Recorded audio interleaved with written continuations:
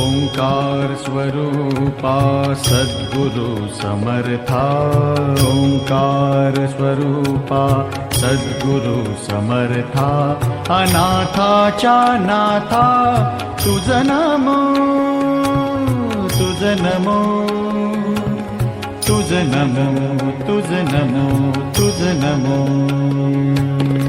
ओंकार स्वरूपा सद्गुरु समर्था, ओंकार स्वरूपा सद्गुरु समर्था, अनाथाच्या नाथा तुझ नमो, तुझ नमो, तुझ नमो, तुझ नमो, तुझ नमो।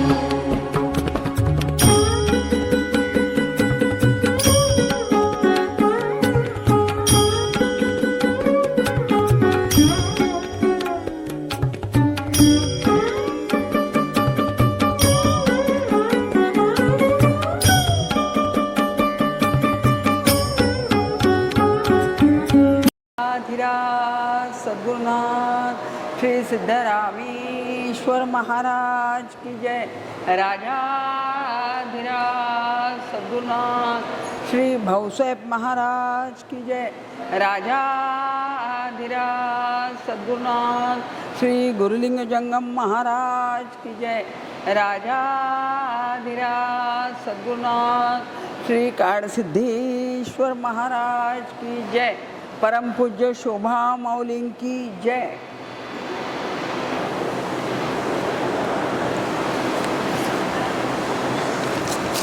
कालचं जे पद तुम्ही सगळ्यांनी स्वामींच्या कृपेने ऐकलं ते मी आणि वागळ्यांनी आपल्या स्वामींवर केलंय, तर ते तुम्हाला कसं आवडतं ते बघा।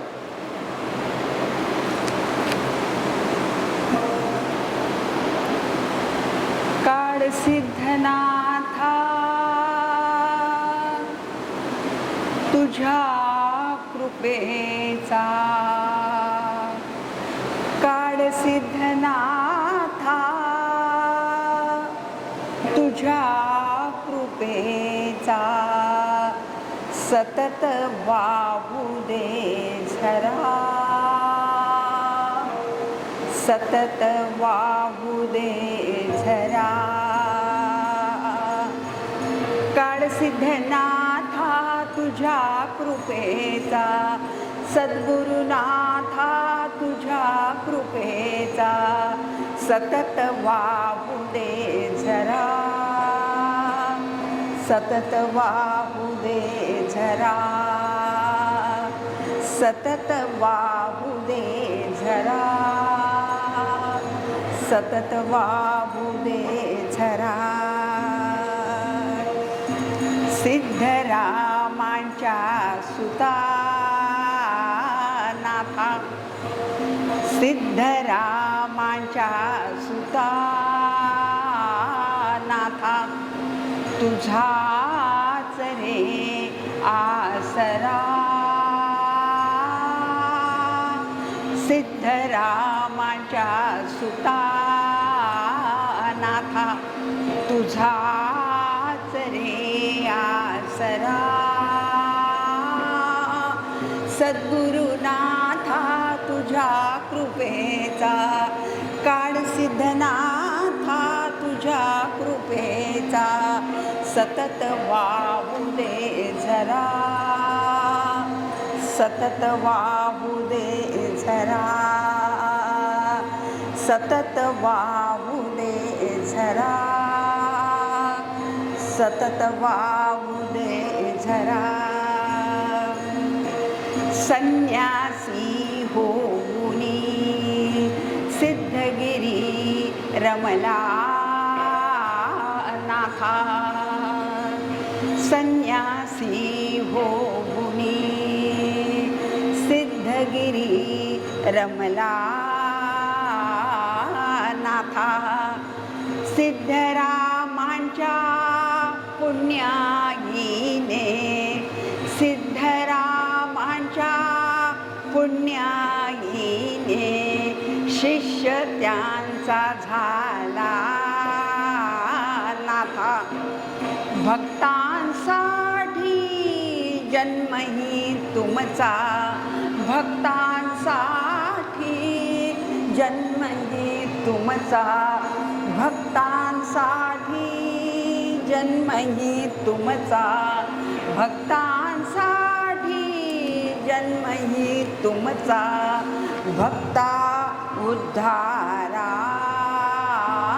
नाथा, भक्ता उद्धारा नाथा, सद्गुरुनाथा तुझ्या कृपेचा, काळ सिद्धनाथा तुझ्या कृपेचा, सतत वाहू दे झरा, सतत वाहू दे झरा, सतत वाहू दे झरा, सतत वाहू दे झरा. अल्पबुद्धीने भक्ती करीतो, प्रसन्न व्हा गुरुवरा देवा. अल्पबुद्धीने भक्ती करीतो, प्रसन्न व्हा गुरुवरा स्वामी. अल्पबुद्धीने भक्ती करीतो, प्रसन्न व्हा गुरुवरा नाथा. दर्शन द्यावे विनवी अनंता, दर्शन द्यावे विनवी अनंता, दर्शन द्यावे विनवी अनंता, दर्शन द्यावे विनवी अनंता. जोडुनिया मुझे करा नाथा, जोडुनिया मुझे करा नाथा, जोडुनिया मुझे करा. अंत नका हो मुळीच पाहू, अंत नका हो मुळीच पाहू, अंत नका हो मुळीच पाहू, अंत नका हो मुळीच पाहू. या हो या, या हो या स्वामी आता, या हो या, या हो या सद्गुरु नाथा, सद्गुरुनाथा तुझ्या कृपेचा, काळ सिद्धनाथा तुझ्या कृपेचा, सतत वाहू दे झरा, सतत वाहू दे झरा, सतत वाहू दे झरा, सतत वाहू दे झरा, सतत वाहू दे झरा. राजा हिरा सद्गुरुनाथ सिद्धरामेश्वर महाराज की जय. राजा अधिराज सद्गुरुनाथ श्री भाऊसाहेब महाराज की जय. राजा अधिराज सद्गुरुनाथ श्री काडसिद्धेश्वर महाराज की जय. परमपूज्य शोभा माऊली की जय. आणि मला सांगायला आनंद वाटतो की हे मिस्टर वागळेंनी केलं आहे पद आणि साधारण 10 ते 15 मिनिटात केलं त्यांनी. मला म्हणाले बघ आता हे आपल्या सगळ्या गुरुबंधूंना स्वामींना ताईंना आवडलंय ना, मग आपण आज आपल्या स्वामींवर करूया. आणि त्यांना स्वामींनी स्फूर्ती दिली आणि स्वामींनीच करून घेतलं आणि स्वामींनीच माझ्याकडनं म्हणून घेतलं आणि सगळं करता करविता स्वामी. राजाधिराज सद्गुरुनाथ सिद्धरामेश्वर महाराज की जय. राजाधिराज सद्गुरुनाथ श्री भाऊसाहेब महाराज की जय. राजाधिराज सद्गुरुनाथ श्री गुरुलिंग जंगम महाराज की जय. राजाधिराज सद्गुरुनाथ श्री काडसिद्धेश्वर महाराज की जय. परमपूज्य शोभा माऊली की जय. सुरुवातीला स्वामी महाराजांच्या नावाचा जय जयकार करायचा आहे. राजा सिद्धरामेश्वर महाराज की जय। राजाधिराज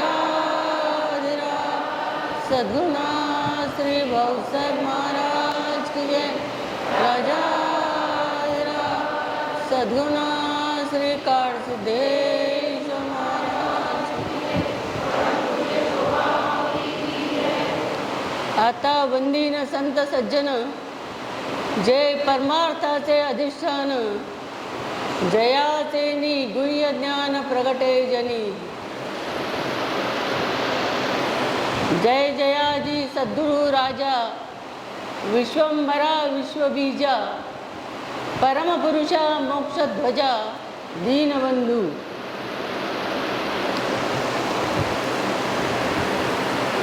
आता काल आपण बघत होतो रामदास स्वामींचा अवतार कार्य। त्यात आपण बघितलं की रामदास स्वामी लहान वयातच वेगवेगळे चमत्काराने वेगवेगळ्या लीला करून दाखवत होते म्हणण्यापेक्षा या लीला सहज होतात, दाखवाव्या लागत नाही, त्याच्यासाठी काही प्रयत्न करावे लागत नाहीत। कारण असे जे अवतारी पुरुष असतात त्यांच्या लीला सहज होतात। तर या ज्या लीला समर्थांनी केलेल्या आहेत त्या सगळ्या लीला बघून गावातल्या लोकांना नारायणावर फार जीव चढला। नारायण सगळ्यांना आवडायला लागला। त्याची मित्रमंडळी तर खूपच खुश झाली आणि तेच त्यांना सारखे खेळायला बोलवायचे की तुमचा संघ आणि तुमची संगत आम्हाला मिळाली पाहिजे। आणि रामदास स्वामींना पण खूप आनंद व्हायचा की चला मित्रमंडळांमध्ये आपल्याला खेळायला मिळतंय। कारण पहिल्यापासून त्यांची वृत्ती कशी होती, खेळाडू वृत्ती होती, सगळ्यांमध्ये मिळून मिसळून वागण्याची। पण हे असं करता करता एक दिवस चांगला भाग्याचा त्यांच्या आयुष्यात आला आणि तो म्हणजे जे नारायणाचे वडील होते सूर्याजी पंत। हे सूर्याजी पंत एकदा दक्षिणेकडील गंगेवर स्नानासाठी गेले सकाळी आणि ते गेलेले असताना इकडे नारायण बाहेरच होते आणि त्यावेळेला एक वानर दूत वेशामध्ये येऊन त्यांनी नारायणाचा हात पकडला आणि नारायणाला ओढत ओढत घेऊन गेले, गावाच्या बाहेर घेऊन गेले। नारायण बघून घाबरला की मला हे जबरदस्ती बळजबरीने का नेत आहेत, बरं हे कोण आहेत, मी तर यांना ओळखत नाही। म्हणजे एक वानर दूत रूपाने त्या ठिकाणी हजर झालेला होता आणि त्यांनी त्यांचा हात पकडत ओढत ओढत ओढत गावाच्या बाहेर ज्या ठिकाणी एक नवरा बायको बसलेले होते आणि त्यांची परिवार पण त्या ठिकाणी होता, तर त्यांनी बघितलं की हे कोण आहेत, तर दुसरे कोण असणार, प्रभू श्रीराम आणि सीतामाई होत्या। आणि त्यांनी त्यांच्याकडे बघितलं आणि त्यांनी काय केलं, नारायणाला आपल्या जवळ बोलवलं की तुझे वडील कुठे आहेत। तेव्हा त्यांनी सांगितलं माझे वडील गंगेवर स्नानासाठी गेलेले आहेत। मग त्यांनी काय केलं, नारायणाला जवळ बोलवलं, अगदी प्रेमाने जवळ घेतलं, त्यांना कुरवाळलं आणि त्यांच्या हातामध्ये एक राजमुद्रांकित चिठ्ठी पत्र त्यांच्या हातात दिलं रामदास स्वामींच्या। आणि ते हातात दिल्याबरोबर ते पत्र हातात जसं त्यांनी घेतलं त्याबरोबर असं झाला चमत्कार की ते खूप घाबरले, त्यांचे पाय कापायला लागले, त्यांची बोबडी वळली आणि त्यांना पूर्ण शरीराला घाम फुटला, त्यांना काहीच बोलता येईना। अशा स्थितीमध्ये म्हणजे त्यांना समाधी अवस्था प्राप्त झाली लगेच, नुसतं पत्र हातात घेतल्याबरोबर। आणि मग त्यांनी स्वतः श्रीरामांनी त्यांच्या जवळ जाऊन त्यांनी बघितलं, डोळे उघडून मध्ये तर समोर प्रभू श्रीराम, सीतामाई, नंतर सौमित्र, नंतर भरत शत्रुघ्न आणि शिवाय जवळ हनुमंत बसलेले आहेत या सगळ्यांना बघितल्यावर तर त्यांची शुद्ध आणखीच हरपली की एकाच वेळेला या सगळ्यांचं आपल्याला दर्शन झालं, याचा एक आनंद पण झाला आणि भीतीने त्यांची शुद्धच हरपली. तेव्हा त्यांनी काय केलं, स्वतः श्रीरामांनी आपला स्वतःचा प्रेमळ कृपा हस्त त्या नारायणाच्या डोक्यावरून फिरवला आणि त्यांना अहम ब्रह्मास्मीचा उपदेश केला. अहम ब्रह्मास्मीचा उपदेश दिल्यानंतर आणखीच त्यांची दृष्टी एकदम पालटली, त्यांच्यामध्ये एकदम फरक झाला आणि मग तिथून ते जे निश्चितच पडले त्या ठिकाणी त्यांना समाधी अवस्था प्राप्त झाली. आणि समाधी अवस्था प्राप्त झाल्यानंतर इकडे जेव्हा नारायणाचे वडील सूर्याजी पंत घरी आले आणि त्यांनी विचारलं नारायण कुठे, अजून कसा नाही आला, तेव्हा त्यांना कळलं की कोणीतरी एक दूत म्हणजे वानर त्यांना ओढत ओढत गावाच्या बाहेर घेऊन गेला. तेव्हा त्यांनी लगेच त्याचा शोध घ्यायला सुरुवात केली आणि शोधता शोधता ते अरण्यात गेले. अरण्यात गेले तर त्या ठिकाणी त्यांना नारायण निश्चित पडलेला दिसला. त्यांनी नारायणाला ओळखलं, नारायणाला भरपूर हाका मारल्या पण नारायणाकडून काहीच उत्तर आलं नाही. नारायणाला बोलताच येईना, कारण त्यांना समाधी अवस्था प्राप्त झाली होती. म्हणून त्यांनी काय केलं, बाकीच्या लोकांना पण बोलवलं आणि बाकीची सगळी गोळा झाली त्या ठिकाणी. नारायणाला काय झालं, नारायणाला काय झालं, आणि सगळ्यांनी बघितलं, सगळ्यांनी हाका मारल्या, हात लावलं, हलवलं, तरीसुद्धा नारायणाकडून काहीच प्रतिसाद नाही. म्हटल्यानंतर काही लोकांना काय बोलायला लागले ते तर काय सांगायलाच नको. काही लोक बोलायला लागले की यांना भूताने पछाडलेलं आहे, तर काही बोलायला लागले यांना मुंजा लागलाय. आणि असं समजून त्यांनी त्यांच्यावर तसे उपचार करायला सुरुवात केली. आता भूत लागलाय म्हटल्यावर तुम्हाला माहिती आहे त्यांचे उपचार वेगळे, मुंजा लागलाय म्हटल्यानंतर त्यांचे उपचार वेगळे. या सगळ्यांनी आपापले उपचार करायला सुरुवात केली. पण काय झालं, ते सगळं बघितलं आणि सूर्याजी पंतांनी सगळ्या माणसांना पांगवलं. म्हणाले चला सगळ्यांनी घरी चला, आता नारायणाचं काय करायचं ते आम्ही बघतो, तुम्ही सगळ्यांनी घरी चला. आणि सगळ्यांना त्यांनी घरी पाठवून दिलं. आणि घरी गेल्यानंतर नारायणाला त्यांनी घरी नेलं आणि घरी नेल्यानंतर नारायणाला झोपवलं आणि नारायणाचे हात असे बंद होते. तर बंद होते, त्यांनी बंद हात नारायणाचा उघडला तर त्याच्यामध्ये श्रीरामांनी दिलेलं एक पत्र होतं आणि ते पत्र त्यांनी वाचलं. एका हातात श्रीरामांनी दिलेलं पत्र आणि दुसऱ्या हातात अर्धा बाण, धनुष्याकृती अर्धा बाण, आणि ते त्यांच्या एका हातात दिलेलं होतं. आणि दिव्य वस्त्र त्यांना दिलेली होती, म्हणजे दिव्य वस्त्र त्यांना घातलेली होती त्यांच्या अंगावर. एका हातात अर्धा बाण होता आणि एका हातात ते पत्र होतं. असं त्यांनी त्या वडिलांनी सूर्याजी पंतांनी ते पत्र हात उघडून बघितलं आणि बघितल्याबरोबर त्यांनाही समाधी अवस्था प्राप्त झाली. नुसती समाधी अवस्था प्राप्त झाली नाही, तर त्यांनी आपला देह सोडून सायुज्य मुक्तीला ते प्राप्त झाले. आणि दुसरा जो भाऊ होता गंगाधर पंत, त्यांचा मोठा भाऊ, त्यालासुद्धा तिथे समाधी अवस्थेचा अनुभव आला. पण त्यांनी काय केलं, त्यांनी म्हणजे वडिलांनी देह ठेवला, पण त्यांनी ठरवलं मनाशी की मी सुद्धा श्रीरामांची कृपा संपादन करणार. म्हणजे अशा रीतीने मग जेव्हा यांना जाग आली आणि अशी ही समाधी अवस्थेमध्ये जवळजवळ ते 1 वर्ष होते. आणि जेव्हा त्यांना ते बाहेर आले त्या अवस्थेमधून, तर त्यांनी बघितलं, त्यांना खूप आत आनंद झालेला होता की प्रत्यक्ष श्रीराम मला त्यांनी दर्शन दिलं, त्यांच्या सीतामाईने दर्शन दिलं, सगळ्यांनी मला दर्शन दिलं. आणि नुसतं दर्शन नाही तर उपदेश केलेला आहे अहम ब्रह्मास्मीचा. म्हणजे जे खरं ज्ञान म्हणतात अध्यात्मज्ञान, त्या अध्यात्मज्ञानाचा उपदेश त्यांना मिळालेला होता.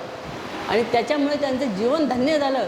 आणि त्यांनी ठरवलं की आता आपल्याला आज्ञा मिळालेली आहे की आता पुढे काय करायचं, ही आज्ञा आपल्याला मिळालेली आहे. आणि ते त्याच्यात त्या आनंदात ते तिथून काय झालं पुढे, असं करता करता ते जसे मोठे झाले 11-12 वर्षाचे, तेव्हा घरामध्ये त्यांच्या लग्नाच्या गोष्टी चालू झाल्या. आणि आई मोठ्या भावाला सांगायला लागली की आपल्याला नारायणाचं लग्न करायला पाहिजे आता, आणि नारायणाचे पण 2चे 4 हात आपल्याला करायला पाहिजेत, ही आईची इच्छा आईने प्रकट केली. तेव्हा स्वतः नारायण ऐकत बसले, ते काही बोलले नाहीत. पण त्यांचा भाऊ जो होता गंगाधर, त्या गंगाधराने आईला सांगितलं की आई, तू नारायणाच्या लग्नाची भानगड करू नकोस, कारण नारायण त्यातला नाही आहे आणि ते तुला दुःख होईल त्याच्यापासून, तेव्हा तू हे करू नको. पण आई ती आईच असते. आईला तर वाटत असतं की आपल्या मुलांचं चांगलं व्हावं आणि आपल्या मुलांचं वेळेवर सगळं मंगल व्हावं, म्हणून आईचा विचार सतत चालू होता. आईच्या डोक्यात तेच चालू होतं. म्हणून आईने पुन्हा एकदा नारायणाजवळ घाबरत विषय काढला की नारायणा, तू आता लग्नाला हो म्हण, तयार हो. ते ऐकल्याबरोबर त्यांनी एवढा त्रागा करून घेतला स्वतःचा आणि जाऊन डोहामध्ये उडी मारली. पाण्यातल्या डोहात त्यांनी उडी मारली. आई घाबरली की मी कुठून याला सांगायला गेले आणि यांनी पाण्याच्या डोहात उडी मारली, वर आलाच नाही. आई आणखी घाबरली आणि आईने जोरात सांगितलं, देवाला प्रार्थना करून, की नारायणा, मी आता तुला परत लग्नाचा आग्रह करणार नाही, ये वरती. आणि असं आईचं ऐकल्याबरोबर नारायणाने बाहेर आले डोहातून आणि बाहेर येऊन आई पण खुश झाली, नारायण पण खुश झाले.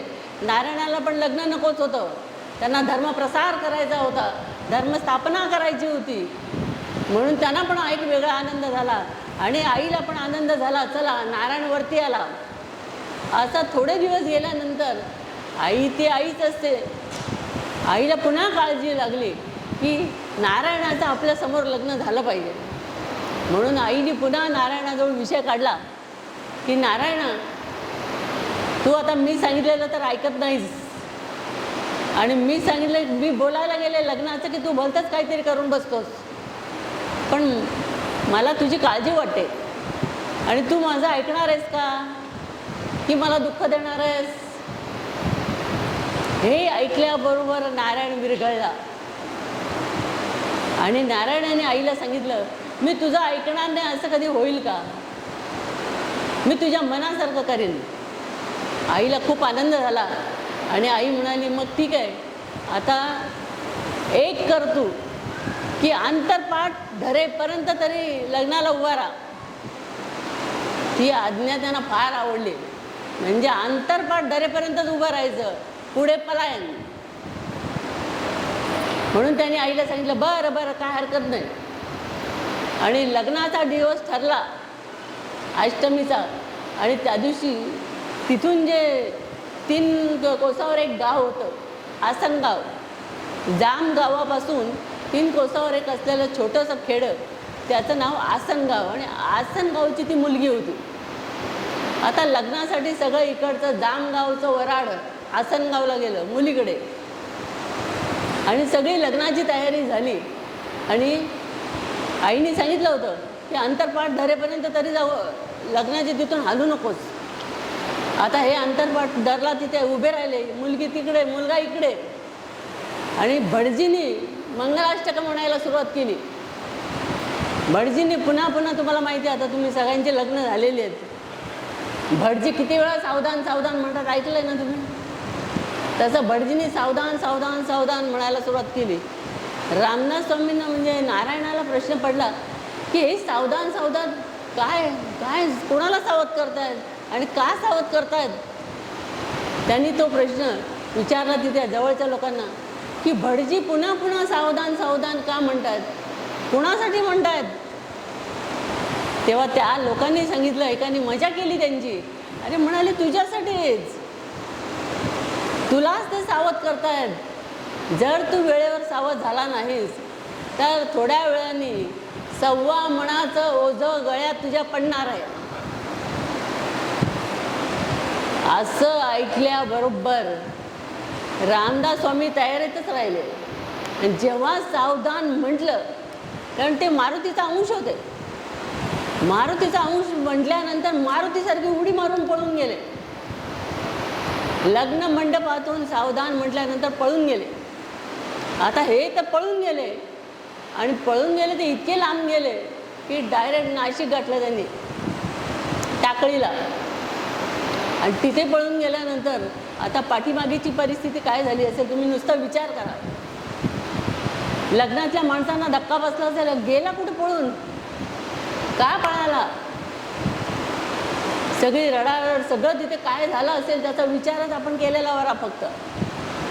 पण आईचा जर आपण विचार केला तर आईला मनोमन खूप दुःख झालं, वाईट वाटलं आणि रडून रडून तिची दृष्टी गेली. रडून रडून काळजी करून आईची दृष्टी गेली. आणि पुढे पुढे ते असेच निघाले आणि त्या टाकळीच्या तिथे येऊन तुम्हाला मी काल सांगितल्याप्रमाणे त्यांनी मारुतीची मंदिरं स्थापन केली. आणि असं करता करता त्यांनी आपण बघितलं की त्यांचा गुरूंच्या बद्दल आपण जर त्यांच्या बघितलं तर त्यांचे पहिले गुरु कोण, भगवान विष्णू आदि नारायण.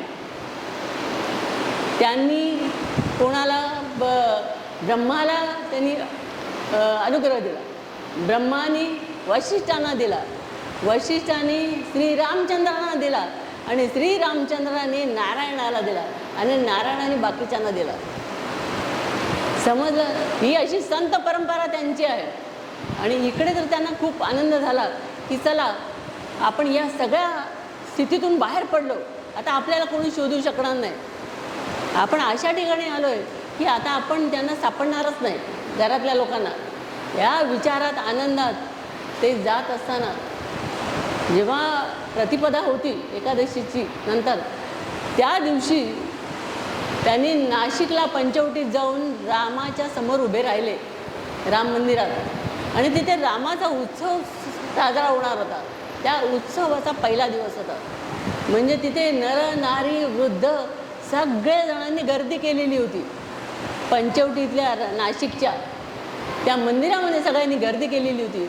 आणि इथे त्यांनी सगळ्या गर्दीतून स्वतः नारायण जाऊन त्यांनी श्रीरामांचं दर्शन घेतलं. त्यांच्याकडे एकटक बघत त्यांना लगेच लिंक लागली की आपण यांच्यासाठी त्यांना आनंद पण झाला की झाला आज श्रीरामांचं दर्शन घेतलं तर आज आपली काय विनंती आहे, काय प्रार्थना ही यांना सांगून टाकायची. म्हणून मनोमन त्यांनी बाजूला उभं राहून सांगितलं श्रीरामांना की बघ श्रीरामा, मी फक्त तुझ्यासाठी आलो आहे आणि तुझ्यासाठी, केवळ तुझ्यासाठी मी सर्व संग परित्याग केलेला आहे. माझ्या घरदाराचा, माझ्या आईचा, भावंडांचा, माझ्या सगळ्या गोष्टींचा मी त्याग करून या ठिकाणी केवळ तुझ्यासाठी आलो आहे. आणि तुझ्याकडून माझं कल्याण झालं पाहिजे म्हणून मी या जगात तुझ्यापुढे बाकीच्या सगळ्यांना मी ठेंगणं समजतो, म्हणजे कमी किंमत देतो. तुला माझ्या मनात उच्च स्थान आहे, श्रेष्ठ स्थान आहे. म्हणून त्यांनी रामापुढे सांगितलं. आणि ते सांगितल्यानंतर ते म्हणाले, बघ आता मला जे पाहिजे तिकडे मला तू आता वळव. कारण भगवान श्रीरामांनी त्यांना आज्ञा काय केली होती, धर्मस्थापनेची, की तुम्ही धर्मस्थापना करा. तशी ती आज्ञा त्यांच्या डोक्यात होती, कारण त्यांनी उपदेशसुद्धा तसा केलेला होता. म्हणून त्यांनी श्रीरामांना अगदी काकुळतीने प्रार्थना केली. आणि काकुळतीने प्रार्थना केल्याबरोबर काय झालं, श्रीरामांनी त्यांच्याकडे बघितलं आणि ते म्हणाले, बाळा तुझ्याबरोबर कोण आलं आहे? ते म्हणाले, मी एकटा आलो आणि फक्त तुमच्यासाठी आलो आहे. मला फक्त तुमचा आधार आहे, तुम्हीच माझं सर्वस्व आहात. तेव्हा ते ऐकल्याबरोबर ते म्हणाले, पण तू बरोबर काय आणलंयस? तर ते म्हणाले, प्रारब्धच फक्त माझ्या बरोबर आहे, दुसरं कोणी माझ्या बरोबर नाही. तेव्हा ते म्हणाले, घाबरू नको, तू आणि मी एकच आहोत. श्रीरामाने काय सांगितलं, तू आणि मी एकच आहोत, घाबरू नको जरा पण. आणि आतापासून तू धर्मस्थापनेला, धर्मरक्षणाला सुरुवात कर. त्यांचा मुख्य ध्येय काय होतं, त्यांची प्रार्थना काय होती, श्रीरक्षण करायचं.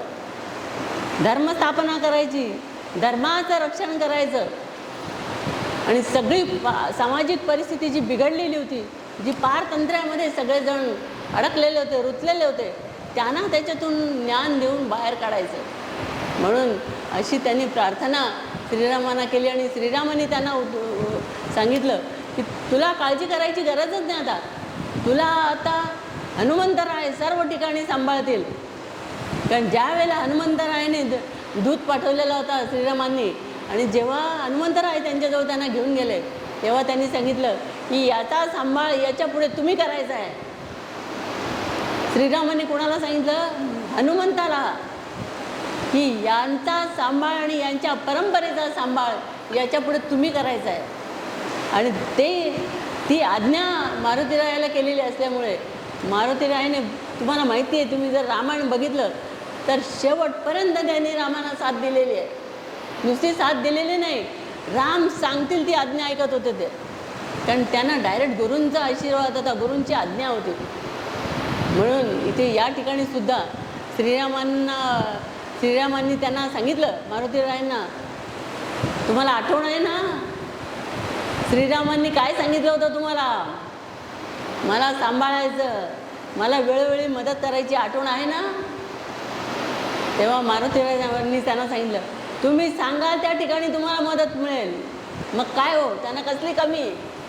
मारुतीराय आणि भगवान रामाचं कवच हात त्यांच्या डोक्यावर असल्यावर त्यांना कसली कमी? बसले पाठीवर उडाले. म्हणजे बघा, असा जर देव पाठीराखा असेल तर काळजी करायची गरज आहे का? आणि तिथून त्यांनी धर्मस्थापना करण्यासाठी ते बाहेर पडले, श्रीरामांचा आशीर्वाद घेतला आणि तिथून ते बाहेर पडले. तर हे आपण आता याच्या पुढचं जे पुरश्चरणाचं आहे, म्हणजे ते पुढे कुठे गेले हे आपण आता नेक्स्ट प्रवचनात ऐकणार आहोत. पण त्याच्या आधी आपले समर्थ रामदास स्वामी आणि आपले समर्थ काळसिद्धेश्वर स्वामी यांच्यामध्ये काय साम्य आहे ते मला तुम्हाला सांगायचं. दोघांच्या मध्ये प्रमुख साम्य जर काय असेल तर ते म्हणजे त्यांचे गुरु श्रीराम, यांचे गुरु सिद्धरामेश्वर.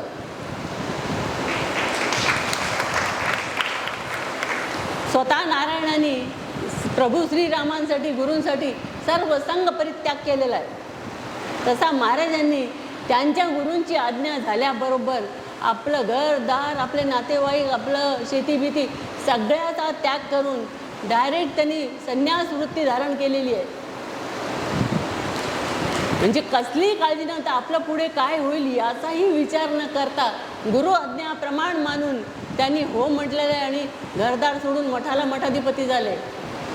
जसं या ठिकाणी 12व्या वर्षी यांचं कार्य चालू झालं रामदास स्वामींचं, तसंच आपल्या स्वामींचं वयाच्या 16व्या वर्षी चालू झालं. दुसरं म्हणायचं झालं तर रामदास स्वामींचं, त्यांच्याकडे आपण बघितलं त्यांचं व्यक्तिमत्व तर ते लंगोटीवर आहेत. आपले स्वामी कपडे घालत होते पण त्यांना कपड्याची कसलीही इच्छा नव्हती. कोणी दिले ते कपडे ते घालत होते. कपड्यावर डाग पडला तर आपण म्हणून स्वामी शर्ट बदलायला पाहिजे, तुमचे डोळे तपासून या, चष्मा लागलाय तुम्हाला. खाण्याबद्दल आपण म्हटलं तर खाण्याबद्दल सुद्धा त्यांची कुठली स्पेशालिटी नव्हती अशी की मला हेच पाहिजे, जे समोर येईल ते खात होते. एकदा आम्ही सावंतवाडीला गेलो आणि सावंतवाडीला गेल्यावर त्यांना सकाळीच चहाबरोबर खारी बिस्किटं दिली. तर महाराज म्हणाले, या बिस्किटांना काय म्हणतात? तर त्या बाई म्हणाल्या, खारे बिस्किट. आपण खारी म्हणतो, त्या बाई म्हणाल्या खारे बिस्किट. तेव्हा महाराज तडक म्हणाले, खा रे, गप खा रे, काय पुढ्यात आलाय ते गप खा रे. म्हणजे काय पुढ्यात येईल तो देवाचा प्रसाद म्हणून ते खात होते. त्यांनी कधी असं आपल्या मनाने सांगितलं नाही मला हे पाहिजे ते पाहिजे. म्हणजे हे सुद्धा साम्य दोघांमध्ये आहे. तिसरी गोष्ट, स्वतः श्रीरामांनी जेव्हा यांना बघितलं नारायणाला आणि बघितल्याबरोबर जवळ कुरवाळलं, त्यांना ब्रह्मास्मीचा बोध केला. तसंच आपल्या महाराजांना त्यांच्या महाराजांच्याकडे गेल्यावर त्यांनी सुद्धा त्यांना न्याहाळलं, डायरेक्ट आत बघितलं आणि त्यांच्याकडे काय होतं? श्रद्धा हेच भांडवल होतं. म्हणून ते श्रद्धापूर्वक गेल्यामुळे गुरूंनी पण ते सगळं ओळखून यांनी त्यांना नमस्कार केल्यावर त्यांनी त्यांना नमस्कार केलेला आहे. म्हणजे तुम्हाला इतिहासात पुराणात असं एकही उदाहरण तुम्हाला रामदास स्वामींसारखं सापडणार नाही आणि आपल्या स्वामींसारखं सापडणार नाही की गुरु शिष्याला नमस्कार करतात. शिष्य गुरूंना 10 वेळा नमस्कार करेल, कारण त्याला पाहिजे गुरूंकडून काय काय. कोणाला ज्ञान पाहिजे, कोणाला संसारिक प्रापंचिक गोष्टी पाहिजेत, याच्यासाठी 10 वेळा नमस्कार करतील. पण गुरुने शिष्याला नमस्कार करणं आणि पुन्हा आपलं म्हणणं, आणि जसं श्रीरामांबद्दल सगळं ओळखून एकनाथ महाराजांनी जसं नारायणाबद्दल उद्गार काढले बघितल्याबरोबर, त्यांनी नमस्कार करायच्या आधीच एकनाथ महाराजांनी त्यांना उचलून घेतलं आणि ते म्हणाले, धन्य तुमचा मुलगा, धन्य तुमची कूस, धन्य तुम्ही आई वडील, धन्य तुमची परंपरा, धन्य तुमचा वंश, सगळं तुमचं धन्य. आणि त्यांनी नारायणाला एकदम जवळ घेऊन त्याचे मुके घ्यायला सुरुवात केली एकनाथ महाराजांनी आणि सांगितलं की माझं जे कार्य आहे आता याच्या पुढचं, ते माझं कार्य नारायण पूर्ण करेल. आणि थोड्या दिवसांनी त्यांनी आपलं अवतार कार्य संपवून त्यांचं पुढचं कार्य नारायणाने केलेलं आहे, समर्थांनी. म्हणजे हे जसं आहे तसंच इथे महाराज जेव्हा कोल्हापूरचे तिकडे गेले सिद्धरामेश्वर महाराजांच्याकडे, तेव्हा ते जायच्या आधी सिद्धरामेश्वर महाराजांनी आपल्या भक्तांना सांगितलं की दक्षिणेकडून एक संत येत आहेत मला भेटायसाठी. आणि असे ते आहेत की त्यांचं व्यक्तिमत्व तर उत्तम सुंदर आहेतच, पण त्यांच्या हातावर त्रिशूळ, हातावर त्रिशूळाचं चिन्ह आहे त्याच्यावर, ही त्यांनी खूण सांगितली. आणि ते दक्षिणेकडून येत आहेत मला भेटायला. आणि तेच पुढे मी त्यांना ज्ञान देऊन तेच पुढे धर्मस्थापना करतील आणि माझं कार्य पुढे तेच चालवतील. आणि तेच कार्य महाराजांनी वयाच्या 16व्या वर्षापासून देह सोडेपर्यंत केलेलं आहे. धर्मस्थापनेचं कार्य आणि अज्ञान घालवण्याचं कार्य. म्हणून आजच्या समाजात म्हटलं आहे, तैसा नव्हे स्वामी राहावं, करी जन्म मृत्यू व्हावं, समूळ अज्ञानाचा ठाव पुसवून टाकी. गुरु काय करतात, शिष्याचं अज्ञान पूर्ण घालवून टाकतात, असं काही ज्ञान देतात. आणि असा तयारीचा शिष्य जर भेटला तर त्याचं अज्ञान पूर्ण घालवून टाकतात. जसं मी मठात गेल्यानंतर मला सोमवारी ते महादेवाचं स्थान असल्यामुळे मी तिथे बेल घालायची आणि बेल घालायची ते पांढरे कपडे घालून. तेव्हा महाराजांनी मला विचारलं, तू सकाळीच कुठे जाते मंदिरात, पांढरी साडी घालून कुठे जाते मंदिरात? तर मी सांगितलं महाराजांना की मी महादेवावर बेल घालायला जाते. आणि ती जी शंकराची 108 नावं आहेत, ती नावं घेऊन एक एक बेल मी घालत होते आणि ते सगळं करून नंतर महाराजांना चहा देत होते. तर महाराज म्हणाले, अरे बाई काय तू वेडी, हे सगळं बेल कुठून आणतेस? म्हटलं आपल्या शेतात झाड आहे ना बेलाचं. अरे म्हणाले, आमचं झाड रिकामं करशील तू? अरे असा बेल घालून काय उपयोग बाई? अरे 3 पानं बेलाची म्हणजे रज तम सत्व आहे, ज्याचे अंगी त्याचे गुणी जगी वाया गेला, तुकाराम महाराज म्हणतात. म्हणून हे त्रैगुण्य विषया वेदा निस्त्रैगुण्य भवार्जुन, ही जी 3 गुण आहेत, हे 3 गुण गुरुच्या पायाशी ठेवायचे, गुरुला अर्पण करायचे, त्रिगुणातीत व्हायचं. आणि ते मी तू माझ्याकडे राहिल्यावर आणि माझ्याकडे सगळं तू शिकल्यावर प्रवचन सगळं तुला आपोआप कळेल. पण हे आता तू सोडून दे. आणि ते मला इतकं पटलं की तेव्हापासून आजपर्यंत मी बेलाला हात लावलेला नाही. म्हणजे कोणी माझ्या हातात दिलं तर मी घालते देवाला, पण पहिल्यासारखं नाही. म्हणजे कळून गेलं मला की गुरूंनी आपलं काय करतात, अज्ञान पूर्ण घालवून टाकतात. आणि मग आता कोणीही मला काही सांगितलं तरी मला ते पटणार नाही, कारण ते महाराजांच्या मुखातून आलेलं आहे. ते डायरेक्ट वाणी आहे. जसं आकाशातून पडणारं पाणी हे डायरेक्ट आहे, ते शुद्ध आहे, पवित्र आहे, गोड आहे. तसं ही गुरुमुखातून आलेली वाणी म्हणजे 100% काळ्या दगडावरची रेष, ब्रह्मवाक्य. त्यामुळे ते कधीच खोटं होणार नाही.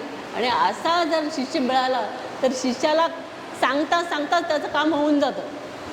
तसं ते ज्ञान मला झालं आणि मी ते सगळं सोडून महाराज आणि रामदास स्वामींबद्दल अनेक आपल्याला गोष्टी सांगता येतील की यांच्यात आणि त्यांच्यात अनेक प्रकारचं साम्य आहे. दुसरं सांगायचं म्हटलं तर रामदास स्वामींचं शरीर कसं होतं, त्यांचं शरीर चांगलं मजबूत राहिलं पाहिजे, माणसाचं बलवान राहिलं पाहिजे म्हणून ते सकाळीच जोर बैठका काढायचे, सकाळी सूर्यनमस्कार घालायचे आणि बाकीच्यांना सांगायचे तरुण मुलांना की तुम्ही पण सूर्यनमस्कार घाला आणि तुम्ही पण ताकद कमवा. कारण आपल्याला लोकोद्धार जर करायचं असेल, सगळ्याचं रक्षण जर आपल्याला करायचं असेल समाजातल्या लोकांचं, तर आपण धष्टपुष्ट राहिलं पाहिजे.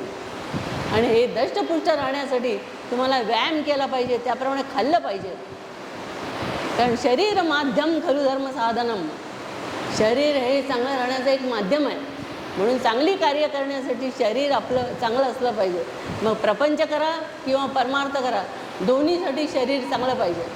तसं इथे रामदास स्वामींचं शरीरसुद्धा असं छान पिळदार शरीर होतं आणि बलवान त्यांचे दंड वगैरे सगळं होतं. त्यांचं खाणंपिणं, तेजस्वी चेहरा, मोठे डोळे आणि त्यांचा तो रंग, हे सगळं आपण रामदास स्वामींचं जेव्हा बघतो फोटो तेव्हा आपल्याला लगेच कळतं रामदास स्वामींचं व्यक्तिमत्व. असं सेम व्यक्तिमत्व महाराजांचं होतं. महाराज जेव्हा उघडे व्हायचे तेव्हा महाराजांना सुद्धा बघितल्यावर रामदास स्वामींचीच आठवण यायची. कारण महाराजसुद्धा तसे तेजस्वी होते दिसायला. महाराजांचे डोळेसुद्धा आपला वेध घेणारे होते, शिष्याचा हृदयाचा ठाव घेणारे महाराजांचे डोळे होते. जो कोणी येईल तो मॅग्नेटप्रमाणे महाराजांच्याकडे चिटकला जायचा. अनोळखी माणूस जो कोणी येईल तो महाराजांच्या सहवासात, त्यांच्या सहवास म्हणजे त्यांच्या व्हायब्रेशनमध्ये आल्यानंतर तशी व्हायब्रेशन त्याला कळायची आणि तो आपलाच होऊन जायचा. म्हणून तसं महाराजांचं शरीरसुद्धा रामदास स्वामीसारखी शरीर यष्टी होती महाराजांची आणि त्यांच्या चेहऱ्यावर एक चमक होती. तेव्हा एकदा काय झालं, ते कोल्हापूरला कुस्त्यांचं मैदानात महाराज कुस्त्या बघायला गेले. एक कोणीतरी माणसं घेऊन गेली महाराजांना आणि तेव्हा महाराजांच्या जवळ मी राहत नव्हते, पण महाराजांनी प्रवचनात या गोष्टी अनेक वेळा सांगितलेल्या आहेत. आणि तिथे गेल्यानंतर ते सगळे पैलवान लोक तिथे बसलेले होते, कुस्तीला आलेले होते आणि ते इथे कुस्ती चाललेली होती आणि इथे स्टेडियमवर महाराज बसले होते आणि ते बघत होते. शेजारी जे पैलवान लोक बसले होते ते महाराजांच्याकडे सारखे वाकून वाकून बघत होते. अरे हे पण पैलवान दिसत आहेत, पण म्हणाले पैलवान आणि भगवे कपडे कसे काय. पण त्यांना राहावे ना म्हणून त्यांनी विचारलं तुम्ही कोण, तुमचं नाव काय. तेव्हा त्यांनी सांगितलं महाराजांनी की माझं नाव मुपिन काळ सिद्धेश्वर स्वामी. तेव्हा ते महाराजांना म्हणाले तुमची जात कोणती. तेव्हा महाराज म्हणाले जात, जात म्हणजे घरात नाही, या चार देहाच्या आत, स्थूल सूक्ष्म कारण महाकारण याच्या आत जा, तिथे तुला जात सापडेल. तिथे जात आहे का आत्म्याला, नाही.